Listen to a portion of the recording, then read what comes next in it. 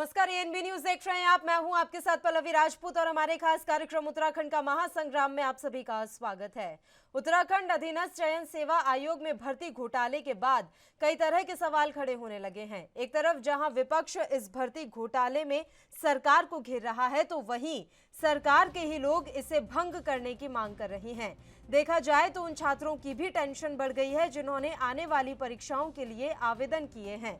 आयोग की तरफ से दिसंबर 2021 में 4 और 5 दिसंबर को आयोजित कराई गई ग्रेजुएट लेवल की परीक्षा में 916 पदों के लिए तकरीबन 1,90,000 लोगों ने परीक्षा दी थी और इस परीक्षा का रिजल्ट भी आउट हो गया था, जिसके बाद डॉक्यूमेंटेशन की कार्रवाई चल रही थी। लेकिन इस परीक्षा में पेपर लीक की शिकायत हुई, जिसकी जांच में पुलिस को पता चला कि परीक्षा में बड़े स्तर पर पेपर लीक किया गया और भर्ती प्रक्रिया का पेपर लीक करवाने वाले 6 आरोपियों को 37 लाख रुपए के साथ पुलिस ने अरेस्ट किया। इसमें 2 आरोपी आयोग के साथ काम करते थे, एक आरोपी कंप्यूटर ऑपरेटर और दूसरा आयोग के साथ पीआरडी का तैनात जवान है। इसके अलावा यूपी की राजधानी लखनऊ से भी गिरफ्तारियां हुई हैं। अब इस पूरे मामले का राजनीतिकरण शुरू हो गया है।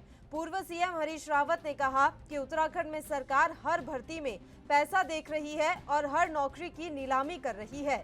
उत्तराखंड कांग्रेस के प्रदेश अध्यक्ष करण माहरा ने कहा कि बीजेपी सरकार के राज में ही भर्ती घोटाले हो रहे हैं और कार्रवाई केवल छोटे कर्मचारियों पर ही हो रही है। आयोग के अध्यक्ष और मंत्री पर कोई कार्रवाई नहीं हुई। इस पूरे मामले में पूर्व सीएम त्रिवेंद्र सिंह रावत का कहना है कि जो नौकरी के लिए मेहनत करने वाले युवा हैं, ये उनके साथ नाइंसाफी है। कुछ लोग पैसे के बल पर नौजवानों की नौकरियां खा रहे हैं, इसलिए सरकार को इस पर जांच करनी चाहिए और चयन आयोगों के अस्तित्व पर भी विचार करना चाहिए। वहीं कैबिनेट मिनिस्टर प्रेमचंद अग्रवाल का कहना है कि नई जनरेशन के साथ अगर ऐसा अत्याचार होता है तो यह चिंता का विषय है। अग्रवाल ने कहा कि कुछ लोगों के ऊपर कार्यवाही की गई है। सरकार किसी भी कीमत में भ्रष्टाचार को स्वीकार नहीं करेगी। जहां तक इसे भंग करने की बात है, मुख्यमंत्री सभी विषयों को देख रहे हैं और जो उचित होगा वो सीएम के द्वारा किया जाएगा।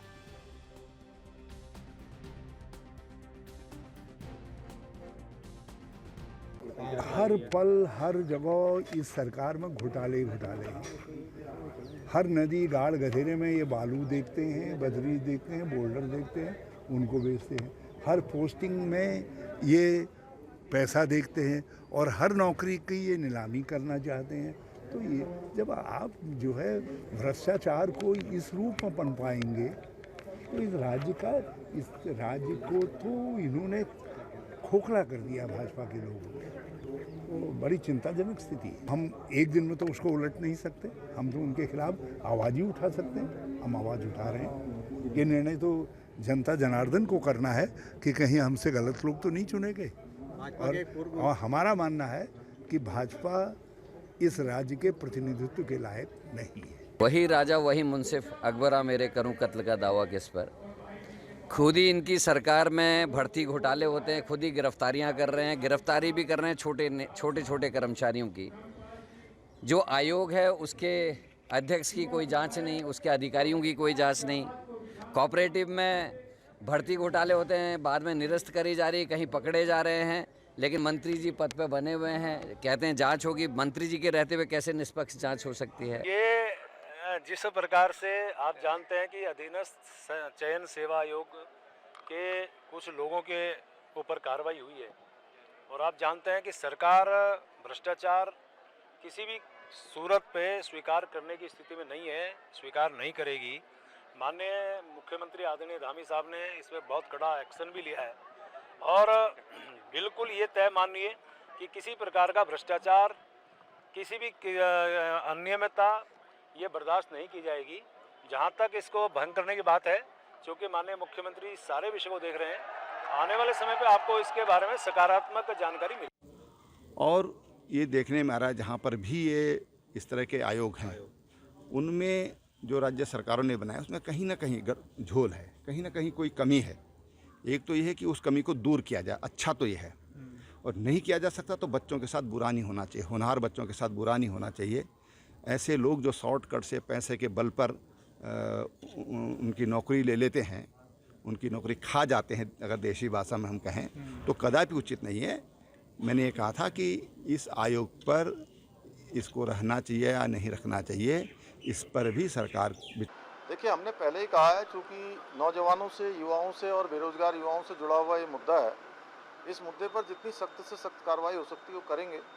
इस पर कैसे काम करना है ये सभी लोगों से विचार विमर्श करके जो नौजवानों के और राज्य के हित में होगा उस पर हम लोग इस पर और भी कड़े फैसले लेंगे।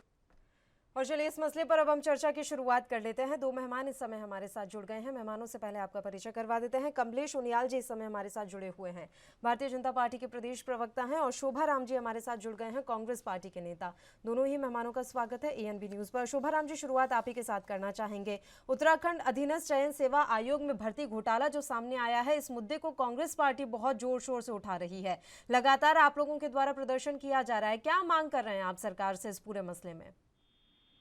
देखिए, जिस तरीके से आज के युवाओं के साथ उनकी साथ खिलवाड़ किया जा रहा है, आप वैकेंसी निकालते हैं, उसके बाद परीक्षा कराते हैं, और परीक्षा कराने के बाद जो है बड़ी मुश्किल से तो इन्होंने वैकेंसी निकाली, और उसके बाद इन्होंने परीक्षा कराने में 1,90,000 के लगभग लोगों ने बच्चों ने परीक्षा वो की, और आपने उसमें स्वयं जो है ना इतना जबरदस्त घोटाला पेपर लीक कर दिया। आपने जो है कंप्यूटर प्रोग्रामर जो है इसमें और जो इन्वॉल्व है, आप इन छोटे कर्मचारी के ऊपर तो गाज गिरना कोशिश कर रहे हैं, लेकिन पे बड़े लोगों के ऊपर क्यों गाज नहीं गिर रही? मैं तो मांग करता हूं कि जो आयोग के अध्यक्ष है उनको तुरंत हटाया जाए और इसकी बात की जाए, इसकी जांच की जाए और उनके खिलाफ कार्रवाई की जानी चाहिए। जो युवा जो भटक रहा है नौकरी के लिए, आज अगर उसकी उम्र 25 साल है, ये कम से कम इस चक्कर में 4 साल और खींच देंगे। 25 साल कितना उम्र हो जाएगी? 30 साल के लगभग वो पहुंच जाएगा। कहाँ जाएगा वो? क्या अप्लाई करेगा? फिर वो कहाँ जाएगा? ऐसे सहकारी बैंक में भी इन्होंने, सहकारी समितियों में भी इन्होंने इसी तरीके से घोटाले किए हैं। ये घोटाले पे घोटाले करते जा रहे हैं, पर कुछ रहे नहीं है, और लोगों बागों को, बच्चों को उलझन में डाल दिया है। अप्लाई करते हैं, करोड़ों रुपया ये अप्लाई के नाम पर जो है डकार जाते हैं, डबल मार इनके बच्चों के ऊपर मारी जा रही है। तो इसमें मैं कहूँगा कि इनके खिलाफ कार्रवाई की जाए। छोटी मछली को छोड़, बड़ी मछलियों को भी जो इसमें इन्वॉल्व है उनके खिलाफ कार्रवाई कीजिए, उनको तुरंत हटाया जाना चाहिए। मेरी ये मांग है, कांग्रेस की ये मांग है। ठीक है, कमलेश उनियाल जी, आवाज मिल रही है आपको? कमलेश जी तक आवाज नहीं पहुंच रही है। शोभा राम जी, अब तो सरकार के ही लोग इस आयोग को भंग करने की बात कह रहे हैं सर। ना सिर्फ विपक्ष, सरकार के अंदर से भी आवाज उठने लगी। आप भी चाहते हैं कि ये पूरा का पूरा आयोग ही भंग कर दिया जाए, और विश्वसनीयता अब कैसे आएगी इस तरह के आयोग पर जहां से इतनी बड़ी घोटाले की बात सामने आई हो? देखिए, कुछ न कुछ तो करना पड़ेगा। जो बच्चे हैं वो सफर कर रहे हैं, उनको बेरोजगारी से त्रस्त है, उनके लिए तो कुछ करना पड़ेगा ना। जो बेचारा मेहनत करता, पढ़ता है, तैयारी करता, रात दिन तैयारी करता है, और उसके बाद में जो ये सब घोटाला हो जाता है तो वो उसके दिल पे क्या बीतती होगी उस समय? आप ये देखिए ना, है वो कितनी मेहनत करके वो करता है। पता नहीं कौन, किसी के माँ बाप का अकेली औलाद है, कोई बेचारा कहीं बैठा हुआ बूढ़े माँ बाप है, वो नौकरी है नहीं, करने खाने को कोई है नहीं। अगर उसको कहीं आसरा मिलता, नौकरी मिलती तो उसके लिए तो बहुत बड़ी उपलब्धि होती है ना उस माँ बाप के लिए। लेकिन वो कुछ हो नहीं रहा। ये वैकेंसी इन्होंने निकालनी नहीं है, और ये अब इस तरीके के जो घोटाले कर रहे हैं, वो घोटाले पे घोटाले, कार्रवाई कुछ हो नहीं रही है। लेकिन सरकार तो इस बात का दम भरती थी, एक बात बताएं शोभा राम जी, धामी सरकार तो इस बात का दम भरती थी कि हमारे कार्यकाल में कोई घोटाला हुआ ही नहीं। अब इतना बड़ा घोटाला सामने आया है, जांच के नाम पर 2 गिरफ्तारी या 2 लोगों के नाम सामने आ गए। क्या ये पर्याप्त है?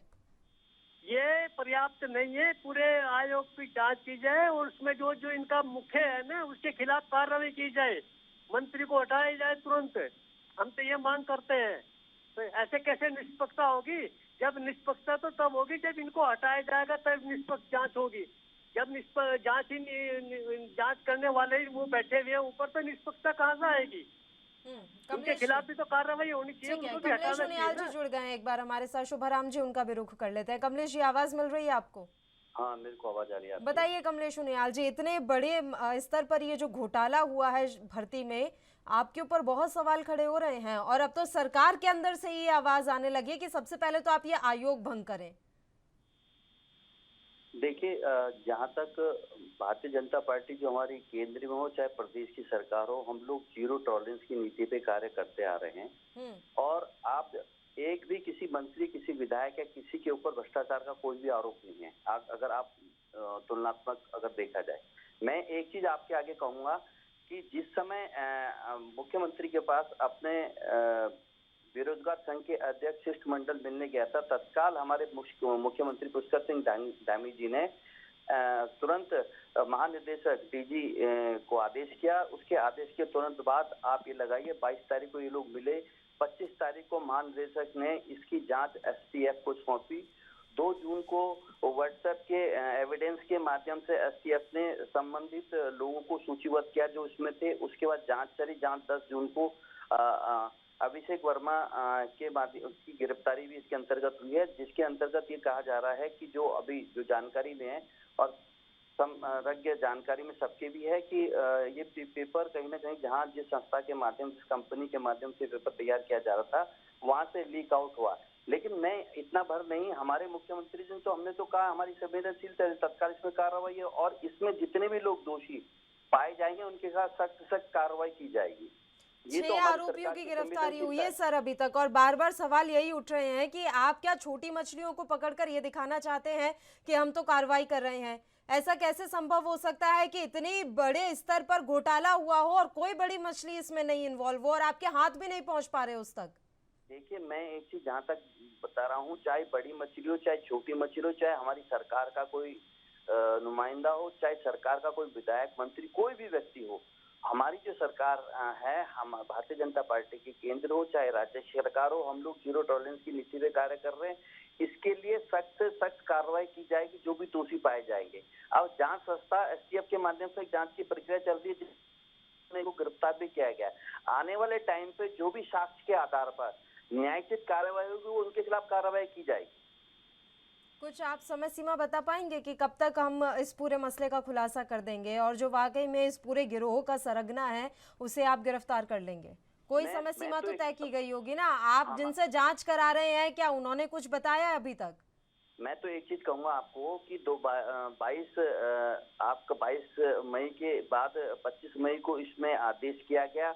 उसके बाद जो भी एविडेंस के आधार पर 10 जून को अभिषेक वर्मा जी को के बारे में पता लगा। अभिषेक वर्मा जो संदिग्ध पाया गया, उसको जो हमें भी जो जानकारी मिल रही है, आपके संज्ञान में भी है कि पेपर लीक का मामला था। लेकिन जो मैं कह रहा हूँ, तत्काल आप ये देखिए ना कि जिस स्थिति से पीड़ित पक्ष यानी कि हमारे जो बेरोजगार भाई हैं, उनके इससे पहले कई डिबेट में उनके साथ बैठा था और जिस समय मामला सामने आया था उसी समय हमने इस बात को अपने मुख्यमंत्री के माध्यम से, हमारे माध्यम से और उनके माध्यम से चीजें रखी गई थी कि इसमें कहीं ना कहीं अगर मामला गड़बड़ है तो इसकी जांच की जाए। जांच करने के बाद जांच कॉपी आएगी और इसमें भ्रष्टाचार पाया भी गया और जो व्यक्ति था उसको, आरोपी को गिरफ्तार किया गया। आयोग भंग करेंगे क्या?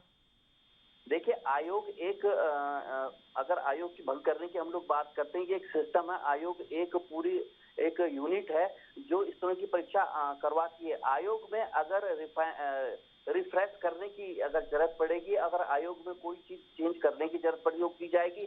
और ऐसा लगा कि किसी चीज को चेंज करके रिफ्रेश करने के बाद भी अगर आयोग में संतुष्टिजनक वो चीज नहीं पाया जाए तो आयोग में अगर भंग करने की स्थिति आएगी तो वो भी किया जाएगा। यानी कि अभी हाल फिलहाल में आप लोग विचार नहीं कर रहे हैं ना कि आयोग भंग होगा? स्थिति नहीं, अभी तो एक जांच प्रक्रिया चल रही है एसटीएफ के माध्यम से, एसटीएफ के माध्यम से जो जांच प्रक्रिया चल रही है उसमें अभी कई नए लोगों का अगर खुलासा होने वाला तो इसका सीमाबद्ध के अंतर्गत आप ये लगाइए कि मेरे हिसाब से क्या जो हमें जानकारी विद इन 1 वीक के उससे पहले भी इस चीज में कई लोगों के अगर कोई लोग शामिल है तो उनका सामने आएगा। और इसमें अगर आयोग की भी अगर भूमिका पाई गई है, आयोग के किसी बड़े अधिकारी की भूमिका पाई गई, ये समस्त आयोग के माध्यम से अगर इस तरह से फर्जीवाड़ा की अगर कहीं ना कहीं वो पाई जाएगी तो उसके खिलाफ भी कार्रवाई होगी, क्योंकि कार्रवाई तो नियम संगत ही होगी। ठीक है शोभाराम जी, अभी ऐसी कोई मंशा सरकार की है नहीं कि आयोग को तुरंत प्रभाव से जो है भंग कर दिया जाए। अभी जांच चल रही है, कुछ और लोगों की गिरफ्तारी होने दीजिए और जांच पड़ताल में कोई बात सामने निकल कर आएगी, उसके बाद ये कार्रवाई पर सोचेंगे, विचार किया जाएगा। शोभाराम जी, हमारा कहना ये है कि ये जांच करते रहे, जो भी मर्जी करें, आयोग को भंग करें, वो जो मर्जी करे। हमारा ये कहना है कि जो छोटी मछली है उनको तो आपने पकड़ लिया, बड़ी मछलियों पर आप कब हाथ डालेंगे? आज ये जो आयोग का अध्यक्ष है, इसको क्यों नहीं हटाते आप? मंत्री के खिलाफ कार्रवाई क्यों नहीं करते? मंत्री को क्यों नहीं हटाते आप लोग? उनके खिलाफ कार्रवाई करोगे तभी तो निष्पक्षता बनेगी। हम आयोग को नहीं उनके कह रहे, खिलाफ आयोग को कोई बंद आरोप करें नहीं आप लगे लोग। ना सर, शुभाराम जी, उनके खिलाफ कोई आरोप थोड़ी ना है। अभी तो जांच चल रही है और ऐसा कहीं से भी आरोप निकलकर सामने तो नहीं आया कि आयोग के अध्यक्ष ने पेपर लीक करवा दिया है। और जिनको गिरफ्तार किया गया उन्होंने भी पूछताछ में मंत्री के बारे में ऐसा कुछ कहा नहीं, तो किस आधार पर उन्हें बर्खास्त किया जाए, ये सवाल आपसे सरकार पूछ लेगी। आप ये देखिए, जब कोई आदमी परीक्षा कराता है, जो भी कोई बैठा हुआ जो मठाधीश होता है, उसकी देखरेख में सब कुछ होता है। जिम्मेदारी तो उसकी बनती है ना, संभावनाओं के जिम्मेदारी आधार उसकी पर बनती कार्रवाई है की ना। जाए। मैं जवाब देना चाहूंगा। जिम्मेदारी बनती है उनको, निष्पक्षता के लिए आपको उनको तुरंत इस्तीफा दे देना चाहिए, हटा देना चाहिए और जांच कराए। जांच में सही पाया जाएगा उनको फिर बैठा देना। हम तो ये चाह रहे हैं, क्या जांच में दिक्कत है? जो दोषी पाए जाएंगे उनके खिलाफ कार्रवाई भी हो रही है। अब जहां तक हमारे मुख्यमंत्री जी ने स्वतः ही कहा है कि खाली चयन आयोग ही, अन्य ऐसे आयोग भी हैं जिनमें जो गड़बड़ी पाई गई है, पानी की सूचना मिली, उनकी भी जांच होगी। हम ये खाली सेवा चयन आयोग की बात नहीं कर रही हमारी सरकार, हम तो सभी आयोगों की बात कर रहे हैं। कहीं हेलो जी आवाज आ रही है, बताइए हाँ, कमलेश जी। कहीं रिफ्रेश का अगर मामला आता है, अगर कहीं कोई आयोग में बहुत ज्यादा घपलत वाला मामला आता है, कहीं पे कोई आयोग का अध्यक्ष, कोई आयोग से संबंधित मंत्री अगर पाया जाता है तो उनके खिलाफ भी कार्रवाई होगी। जांच की प्रक्रिया जांच के ये हिसाब से कार्रवाई चलेगी। वहां तक पहुंच पाएगी सर, या ठंडे बस्ते में नहीं चली पहुंचेगी? जाएगी? आप अभी ये और आप बताइए ना। 4-5 लोगों को गिरफ्तार कर लेंगे जो कि नहीं, निचले नहीं, स्तर के नहीं, कर्मचारी होंगे। हमारी जो सरकार है वचनबद्ध है जीरो टॉलरेंस के लिए, और हमारी जो सरकार बार बार दूसरी बात जो उत्तराखंड के अंदर हमारे पे भरोसा आम जनमानस ने जताया है, वो कहीं ना कहीं एक भी भ्रष्टाचार, आप बताइए नहीं किसी खिलाफ कोई भ्रष्टाचार, अगर कहीं भ्रष्टाचार की कहीं छोटी सी भी अगर बात आती तो दोबारा चुन करके भारतीय जनता पार्टी की सरकार नहीं आती। आप केंद्र के मामले में देख ले कि इनके खुद ही आपने देखा, इससे पूर्व के प्रधानमंत्री बोलते थे कि भाई 1 रुपया ऊपर से आता है और नीचे 15-20 पैसे मिलते हैं, तो उसको कहीं ना कहीं आप ये कह रहे हैं जो जीरो टॉलरेंस की बात कर रहे हैं ये लोग ना, जीरो टॉलरेंस में क्या कर रहे हैं आप ये देखिए ना। आपने सहकारी समितियों में आपने कितना गड़बड़ किया, इसमें भी कह रहे हैं कि कुछ बड़ा घोटाला नहीं है ये, इतना आयोग में इतना जबरदस्त घोटाला हो गया, ये इतना जबरदस्त वो हो गया, इसको ये मामूली बात समझ रहे हैं इसको? है ये इतनी मामूली बात है कि 1,90,000 बच्चों ने परीक्षा दी है, उनका भविष्य के साथ, उनकी जिंदगी के साथ खिलवाड़ किया जा रहा है। ये छोटी बड़ी बात है इनके लिए। हमने तो अगर हम जीरो टॉलरेंस की बात क्या कर रहे हैं? आप जीरो टॉलरेंस की बात कर रहे हैं, जीरो टॉलरेंस क्या उसकी डेफिनेशन तो बता दीजिए। तत्काल उस पर कार्रवाई हुई और जो दोषी है उनके खिलाफ मुकदमा पंजीकृत किया गया। एसटीएफ के माध्यम से जांच की गई, जांच में दोषी पाए गए और लोग जो दोषी पाए जाएंगे उनके खिलाफ भी मुकदमा होगा। और उसमें कुछ ऐसा नहीं देखा जाएगा ना कि कोई मठाधीश है या कोई अध्यक्ष है जिसके खिलाफ आरोप पाए जाएंगे, जिसके खिलाफ एविडेंस होंगे।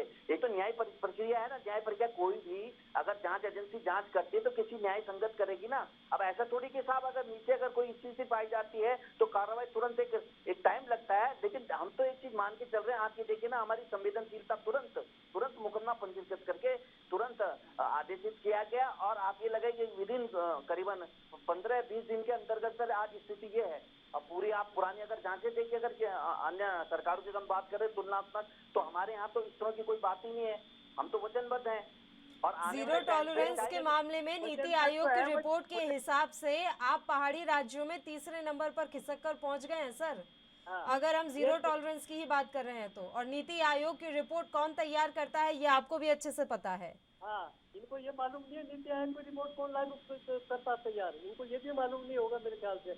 आप हमें हमारा ये कहने का है जिस तरीके से जीरो टॉलरेंस की बात ये बार बार कर रहे हैं, जीरो टॉलरेंस में आप देख लें स्मार्ट सिटी का क्या हाल है। 2012 से लेकर 2017 के बीच में जितने जो एक माफिया थे, मैंने भर्ती माफिया गैंग था जो कर्मचारियों को तो आपने हाथ डाल दिया, बड़ों को आप डाल देते। चलिए एक एक करके बात कर लेते हैं, एक एक करके बात कर लेते हैं। पहले कमलेश जी आप अपनी बात पूरी कर लीजिए, उसके बाद मैं शोभाराम जी आपका रुख करूंगी। बोलिए कमलेश जी। शोभाराम जी से मैं थोड़ा विलम्ब से जुड़ा था, मैं परिचय पूरा नहीं हो पाया है। आप कांग्रेस पार्टी के नेता हैं शोभाराम जी। बहुत बढ़िया। मैं तो एक चीज कहूंगा शोभाराम जी, आप 2012-2017 उठा के देख लीजिए ना, पटवारी भर्ती घोटाला, तुम्हारा दरोगा भर्ती घोटाला, उसके बाद आपका 56 घोटालों की सूची अगर समय के हिसाब तो मेरे पास रखी हुई है। और अगर आप ये देखें घोटाले की जांच एक आपके केंद्र में चल रही है ना। अगर आज क्या बोलते हैं प्रवर्तन निर्देशालय एक जांच कर रहा है तो उसमें पूरी कांग्रेस जुटी हुई है। आज 2 लोगों को बचाने के लिए सत्याग्रह कर रही है। एक गांधी जी ने सत्याग्रह किया था, एक कांग्रेस आज सत्याग्रह कर रही है। आप अगर प्रकाश मतलब कहने के मतलब जो है कि किया है सत्याग्रह ऐसे थोड़े होते, आपने किया क्या देश के लिए ये तो बता दीजिए मुझे। आपने देश में जंग लड़ी क्या? आपने देश में जंग लड़ी क्या ये तो बता दीजिए। सत्याग्रह तो करेगी कांग्रेस। शोभाराम जी 1 मिनट का वक्त दे दीजिए सर, 1 मिनट का वक्त दे दीजिए शोभाराम जी, उनकी बात कंप्लीट हो जाएगी, मैं तुरंत लौटूंगी आपके पास, बस 1 मिनट का वक्त दे दें सर। आप भी अपनी बात पूरी कर लीजिए जल्दी से कमलेश जी। बिल्कुल, मैं ये कह रहा हूँ 56 घोटाले करने वाली वो कांग्रेस 2012। अरे सर उनके घोटालों की फेहरिस्त लंबी थी, इसलिए तो आपको सत्ता में लेकर आए। केंद्र में 2 बार आप आ गए, उत्तराखंड में 2 बार आप आ गए, अब आपको भी उन्हीं के पद चिन्हों पर चलना है क्या? नहीं, युवाओं के साथ छलावा आपको भी करना है।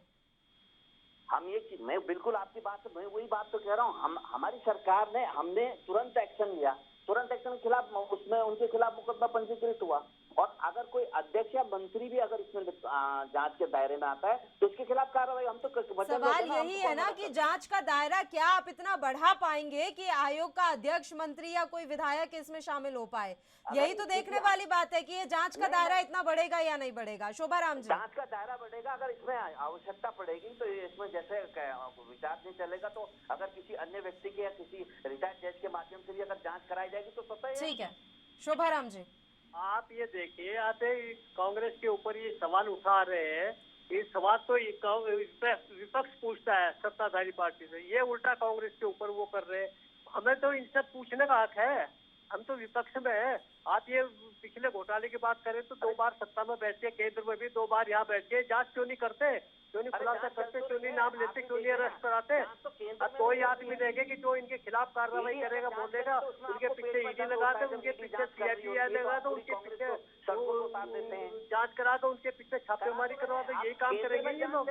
प्रदेश में जांच कर कर क्या रहे हैं ये लोग? किसके खिलाफ बड़ा घोटाला हो रखा है केंद्र में, युवाओं के साथ खिलवाड़ कर रहे हैं। और उदाहरण देकर केंद्र और प्रदेश दोनों किया था, उन्होंने किया था, ये काम होते हैं क्या? इसी तरीके से काम होते हैं क्या? आप सुधार, मैं कह तो रहा हूँ। अरे आप 2 बार आपकी जांच चल रही है और जांच के रिजल्ट भी आ रहे हैं, कार्रवाई की जा रही है। केंद्र सरकार भी संवेदनशील है भ्रष्टाचार के मामले में। आप ये देखें ना, ईडी आज ईडी एक स्वतंत्र संस्था है और जांच कर रही है, उसमें भी आपके पेट में दर्द होता है। हम यहाँ जांच कर रहे हैं तब भी कांग्रेसियों के पेट में दर्द होता है। ये बात तो जांच का दायरा थोड़ा कवर रखिए, उनके खिलाफ कार्रवाई होगी। जीरो टॉलरेंस की अगर हमारी सरकार बात करे तो वचनबद्ध है जीरो टॉलरेंस के लिए। अरे आप ये जीरो टॉलरेंस की बात क्यों करते हैं बार बार? में जीरो टॉलरेंस अरे हम इसलिए करते हैं कि हमारे किसी नेता मंत्री पे कोई भ्रष्टाचार का आरोप नहीं है। क्यों नहीं है? करते हैं क्या है? ये क्या है? ये किसकी देख रेख में हुआ? तो इसमें किसके देख रेख में हुआ? ये तो जांच चल रही है। जांच का विषय हमने जांच करी, 200 के खिलाफ पाया गया। अगर कहीं से किसी दूसरे अन्य प्रदेश में जाकर के किसी संस्था में अगर कहीं से कोई टेक्निकली अगर इशू आ जाता है कि कहीं से पेपर लीक हो जाते, उस व्यक्ति के माध्यम उसको भी पकड़ा जाएगा। अगर इसमें पेपर लीक कराने में कहीं न कहीं अगर आयोग के अध्यक्ष की, आप इसे टेक्निकल इशू बता रहे हैं कमलेश जी, मैं या फिर भविष्य के लिए अभी से आप लोगों ने पटकथा लिखकर रख दी है कि आने वाले समय में टेक्निकल इशू बताकर पूरे मामले को रफा दफा कर देंगे? जिस व्यक्ति के खिलाफ आपके पूर्व मुख्यमंत्री ने आरोप लगा दिया, आपको ही पता है जो जग जाहिर है। अगर जांच कहीं न कहीं पेपर लीक हुआ है तो उसके खिलाफ भी कार्रवाई। और इस पेपर लीक होने में अगर कोई ना कोई इन्वॉल्व है, अध्यक्ष या कोई सरकार या शासन का कोई व्यक्ति, तो उसके खिलाफ वही कार्रवाई होगी जो जनरली हमारा संविधान। यही तो हम उम्मीद कर रहे हैं ना कमलेश जी कि पक्षपात पूर्ण रवैया ना अपनाया जाए, निष्पक्ष जांच और जांच का दायरा बढ़े, क्योंकि आप छोटे कर्मचारियों पर गाज गिराकर ये दिखाने का प्रयास जरूर करेंगे कि हमने मामले में कार्रवाई की, जबकि हकीकत यही है कि बिना किसी बड़े और किसी पद पर आसीन शख्स के बिना ये संभव नहीं हो सकता। अब देखने वाली बात यही रहेगी कि आपकी जांच का वो दायरा वहां तक पहुंचता भी है या नहीं। फिलहाल आप दोनों ही मेहमानों का शुक्रिया चर्चा करने के लिए, आप हमारे साथ जुड़े, आपने अपना वक्त हमें दिया। और इसी के साथ उत्तराखंड का महासंग्राम में इतना ही। मुझे दीजिए इजाजत। देश और प्रदेश के तमाम ताजा खबरों के लिए आप बने रहिए हमारे साथ। नमस्कार।